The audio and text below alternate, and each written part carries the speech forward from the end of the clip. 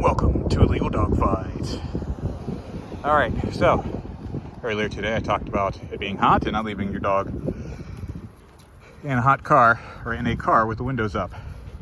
Yeah, go ahead and research that on your own as well as watch that previous video. But hey, we're also going to talk about now that the weather's changing, where I'm at the weather change rather abruptly.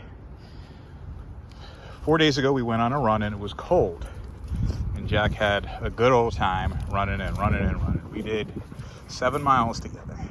Okay, 6.8. But today I noticed at about 2 3/4 he started not being his normal self, and I realized, oh crap, it's like 75 degrees, and last time we went for a run it was 45 degrees. So I immediately cut our run short. Well, not immediately, we hit about 3 miles because I kept an eye on him for that last quarter mile, and now I'm just letting him at his own pace guide us home. Now he's not exhibiting any of the major symptoms of like heat injury, but you can see by his panting and his breathing there and his panting here, you can see that he's overheated. He's exerted himself here. And so what I'm going to do is we're going to gently walk back home before we get inside.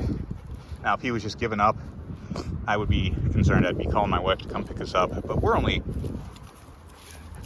not far from our house, so he can make it. I'm not overly concerned, but I did recognize the warning sign there that, you know, he was lagging more than he should have. And, you know, especially if you have a breed like a Doberman, an athletic breed, if they start to like lag in their normal running, especially if there's been a significant weather change, you got to dial it back for their sake. I always preach that you got to be your dog's advocate, right? So there's that. So right now, just to mitigate any sort of potential, okay, so this tells him sniffing around like this, I'm thinking he's okay.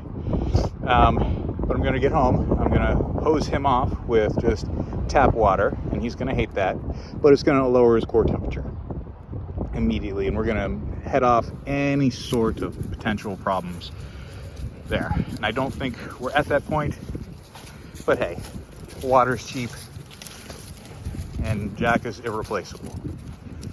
I also didn't bring Juliet because she hates running and refuses to run with me. To run. Look both ways before crossing. All right, like, subscribe, and share for more illegal dog fights and learn through my minor errors.